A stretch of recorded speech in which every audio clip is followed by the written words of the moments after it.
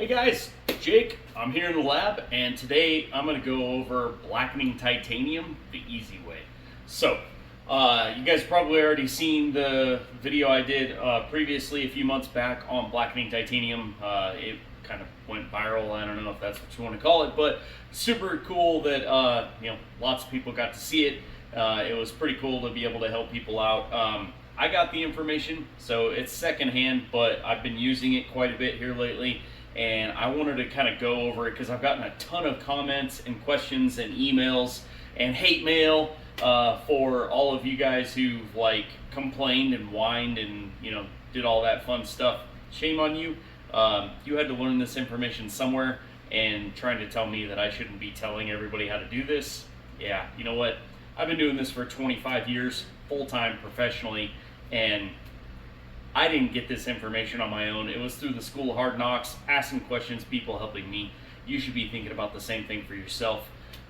You should be teaching others how to do this trade. It's not about competition, it's about mastering the art. So, having said that, let's get into how I do this. There was lots of questions and comments on how I'm getting the finish to be black on the titanium.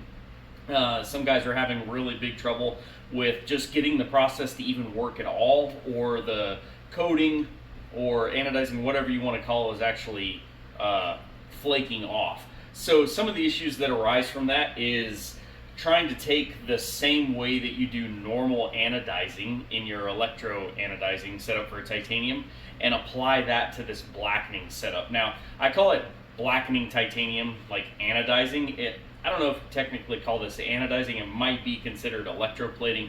I don't know. I'm no scientist, but I do have a lab. So, having said that, what we're using is manganese sulfate. Let me zoom in.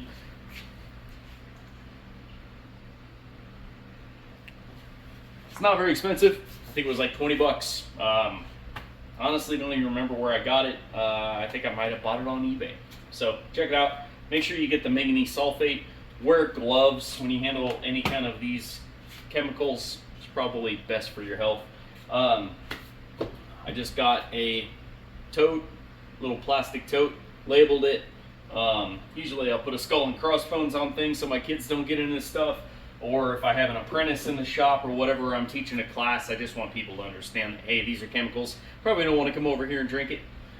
So there's a couple of things that'll end up happening if you don't mix this solution right, and I wanted to show you. So one is you get finishes like this, where it doesn't even really blacken. It just kind of turns purplish, mottled. It's kind of a cool looking finish, but it's not black. Then if you don't put a good base finish down, what you end up getting is kind of like I don't know. It's still like a charcoal, but it's got a slight blue-purple undertone.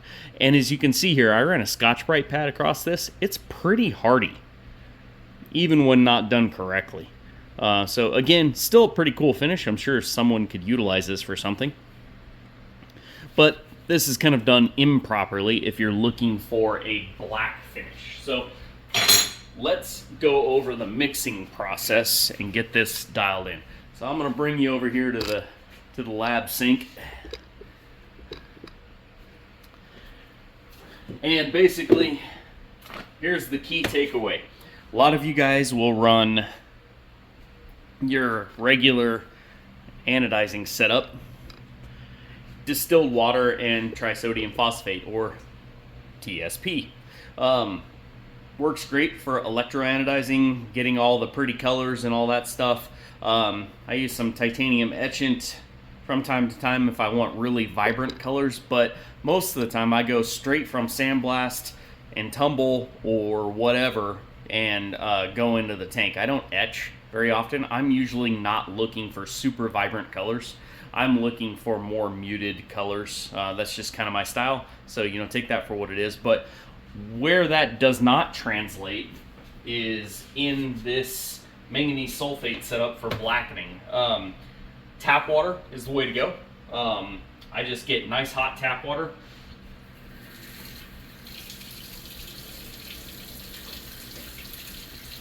And I'll let that warm up.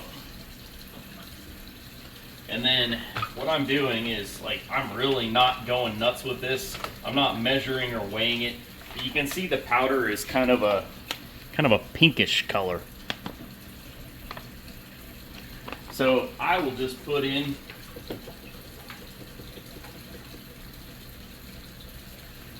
roughly half a cup. That's what I found. You know, careful with this stuff. It is very fine powder, and it will aerosolize or kind of float around in the air. So be careful when you're pouring that around. But as you can see, just put about half a cup in there. That's about all that's going to go into saturation with this much water. Now that the water is nice and hot,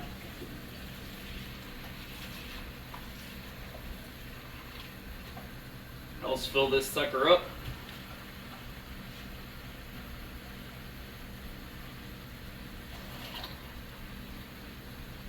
Like I'm saying, I'm just using hot tap water.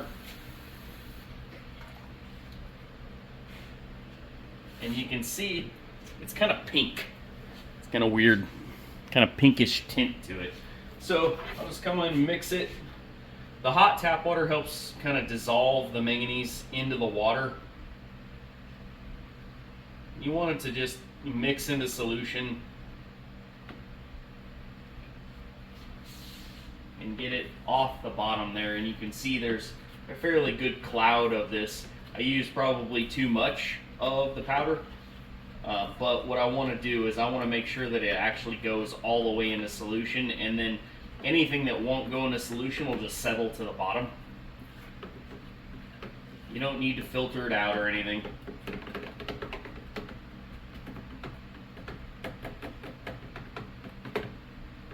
And I was really surprised at how many views that last video got. I didn't realize that everybody had been chasing black titanium for as long as I had been. You know, previously the only solution was really DLC coating. So now that, you know, I have a blackening process, I'm not having to send out for DLC coating, which one, saves some expense, and two, saves a lot of time. DLC coating, you know, you have troubles with it not finishing correctly, or it just takes weeks or months to get the parts back, and it's just kind of a pain. So being able to do it in-house is really helpful. So you can kind of see here, some of it hasn't really gone into solution. Not a big deal. It's kind of pinkish. And then from here, you just set up your anode and cathode. So basically, I'm just using a piece of copper sheet. It's like 1/8 inch. You can see it's kind of black from where I've used it previously, and it's got a little like dust on it from that. Every once in a while, I'll just hit this on the belt sander just to clean it up.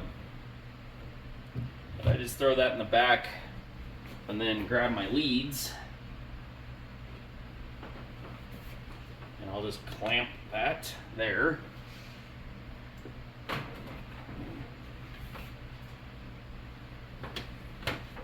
And then on the forward section, you just need a titanium. I mean, it doesn't even have to be titanium, honestly, but I just get some titanium weld wire. My leads are a little jacked up here, so bear with me. Need to make some new ones. So voila, super simple, nothing crazy. Honestly, I need to get a better setup for this. So let's move on to the prep work. Now that we're all set up and ready to anodize, you can see my power source down here.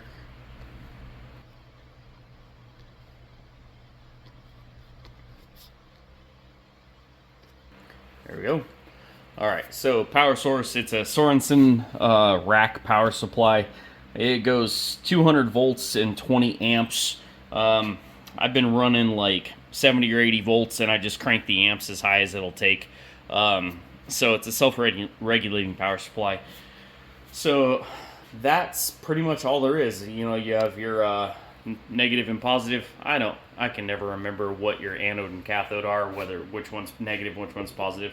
You'll figure it out. It either works or it doesn't. So now that you've put your tap water and your manganese sulfate together, you let that rest for a few minutes just to, fully saturate. Now finishes. If you just take a machine part, like say this Relentless frame here, it's just as machined. Haven't really done anything to it. It's got machine lines, all this stuff. If I do the blackening process on this, it more than likely is just gonna flake off, and it's not gonna be super great. You end up getting similar to this Quayback frame, where it's kind of smooth. This one's a tumbled finish, so it took a little bit better. But you have to have some kind of substrate for it to kind of not so much attach to, but just give you some depth. Then these two Relentless frames here. This one is Bead Blast, and then this one is Sandblast. So this is a 120 mesh. I think this is like a 400 mesh Bead Blast. So this one's quite a bit smoother. This one is quite a bit like rougher.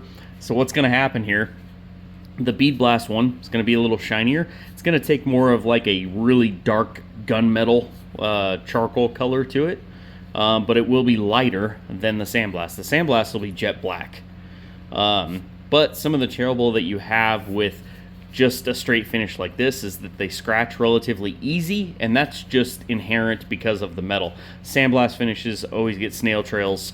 Bead Blast is a little more durable, but it still gets snail trails. So if you tumble these, you're still going to get a black finish, but the more you tumble it, the more polished it's going to get, the less black you're going to get from this process.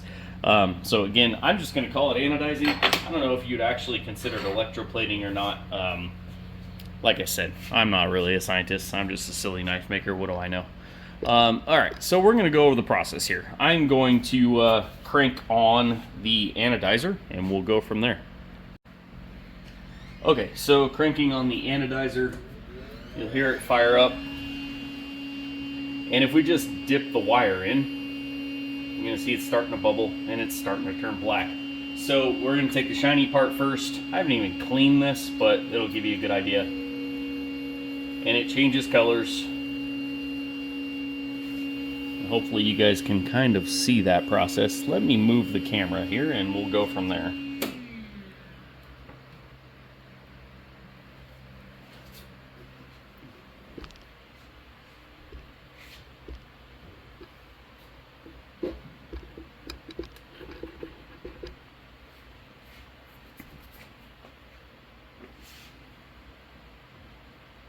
Okay, so we got it all moved over so you can actually see what's going on here. So I'm going to turn it back on.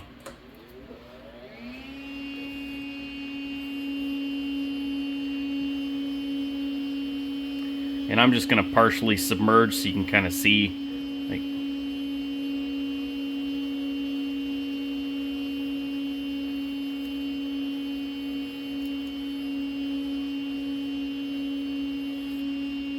You can see how it doesn't really want to turn straight black. But if you leave it in there for a while,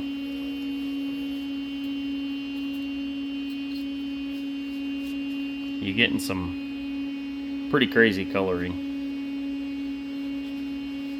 So leaving there's still coolant and stuff on here. This is some of the trouble that people end up having as they've gone along, as you can kind of see it's got some plating on there, and this part gets fairly hot, but most of that I believe is copper transference, as you can kind of see the green set up there. So if you're looking to get a kind of a neat looking copper antiquing look to it, that could probably be pretty helpful. But I'm on focus. You can kind of see you can scrape it off. Doesn't take real well. So what we'll end up doing is going through and letting it rest longer.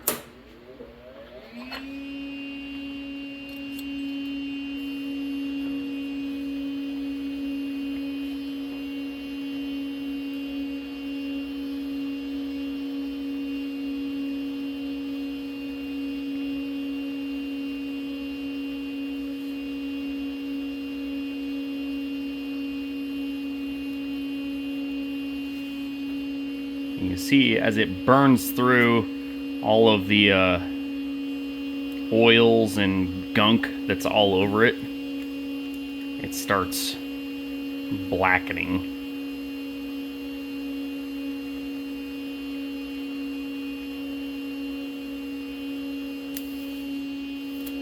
And you're just kind of cooking it.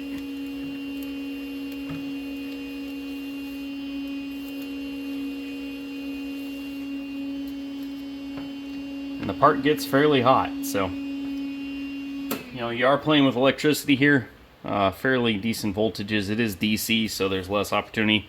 Gloves are super helpful. I run some pretty thick, like 5mm black rubber gloves, but you can see I'm getting a pretty nice black finish as it burns through all of the gunk that's all over this. Now, this is where you see most of the oils and stuff were stuck on the inside. And as you wipe them through, you can kind of see where it's burned the oils out. So that's like a machine part you haven't even cleaned. So let's move over to the sandblasted part, and then you'll get an idea of like how this works. So some things that I've found that help you get a more consistent finish is make sure that you wet the part first before you stick it in with the electricity. Then that way that you get a more consistent finish. And then I'm going to turn the power on, and I'm just going to dip the whole part once it gets all the way up, because it kind of ramps up a little bit. Now we're cooking with gas. Now, yeah, that's another thing to mention here. You are creating methane gas. They're, yeah, you want to make, or, not methane. That's wrong end. You are creating flammable hydrogen gas here, so, you know, keep that in mind.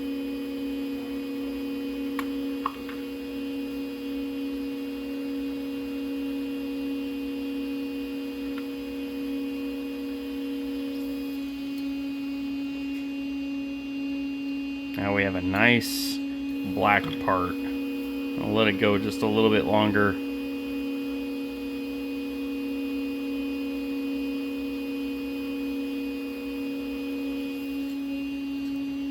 And you can see it's steaming, like it's getting pretty toasty. It's not so hot that you know, you can't handle it, but you know, this is a fairly warm part. And it's black. So let me wash this and dry it, and you'll be able to see kind of what it looks like. Well, here, you know what, before we go all the way over there and do that, let's do the bead blast part too. So again, just wet it, make sure that all the surface tension from the dryness is gone, and get it hooked up and ready to go. Fire up the power supply, let it ramp up to voltage, drop it in.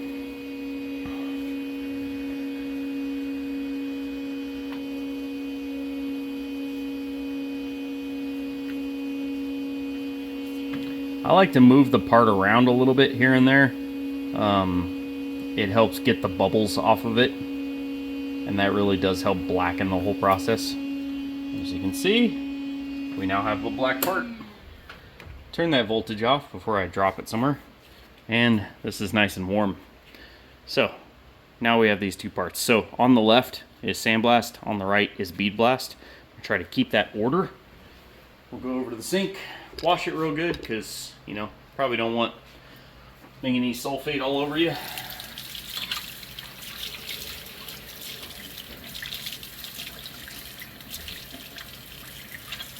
And again, this is not like, these parts aren't perfect. They're actually just extra parts. So I didn't spend a great deal of time doing sub finish and all that stuff. So the better finish you put on it before you stick it in the anodizer, the better finish you're gonna get from the blackening process. So there's the bead blast, and here is the sandblast. So let's see if we can get some contrast here. So, sorry, they're still a little wet, so you're gonna see some shadowing there, but let me see if I can get into some better lighting so that you can kind of see.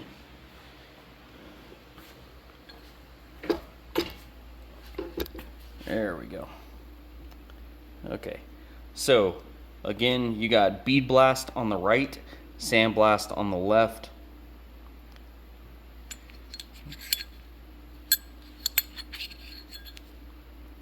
You can see you got a little bit more shininess to the bead blast.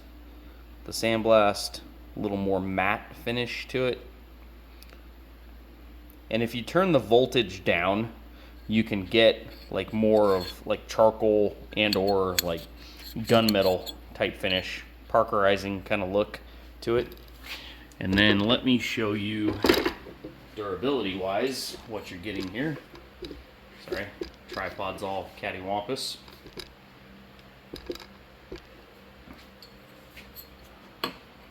So this one is bead blast. So just another piece of titanium here.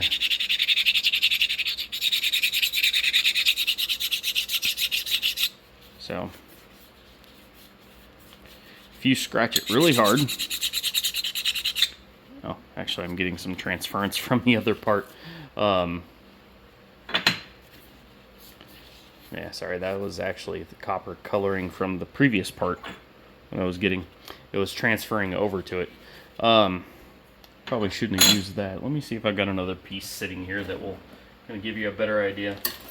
No, I think this is a piece of stainless steel, so let's see what this does. Yeah, there we go. Sorry, all of this is actually transference from the previous part, the copper plating that was getting on there. But as you can see, like, it's pretty durable. Holds up pretty well. It pretty much holds up as well as the base finish that you put on it. Like, again, you can kind of see, like, so this sandblast, this snail trail here, this is from just rubbing parts together. That would appear even on sandblasting. But pretty durable. I've been pretty happy with it. Now, I will preface this with that this is not nearly as durable as a DLC coating. It's as durable as titanium anodizing is, which is not like the most extreme finish. This may actually be slightly more durable than a regular colored anodizing finish. But so that's that. So if you guys have questions, comments, let me know. I'll do my best to answer them. And again, check out hobackcustoms.com. We just revamped the website. We're putting up more blog posts. We're going to have a whole lot more knife maker knowledge base on there for doing things like this. And yeah, more anodizing. Give me some comments on like what you guys want to see. I've been doing this for 25 years, and I want to share the knowledge the best I can. Get back in front of the camera here. So yeah, if you guys have questions, please let me know. I'm going to be doing a whole lot more videos. Again, check it out. It's hobackcustoms.com. Jake Hoback Knives previously. We're setting up a redirect page for that. Good stuff, guys. Appreciate it. Have a good day.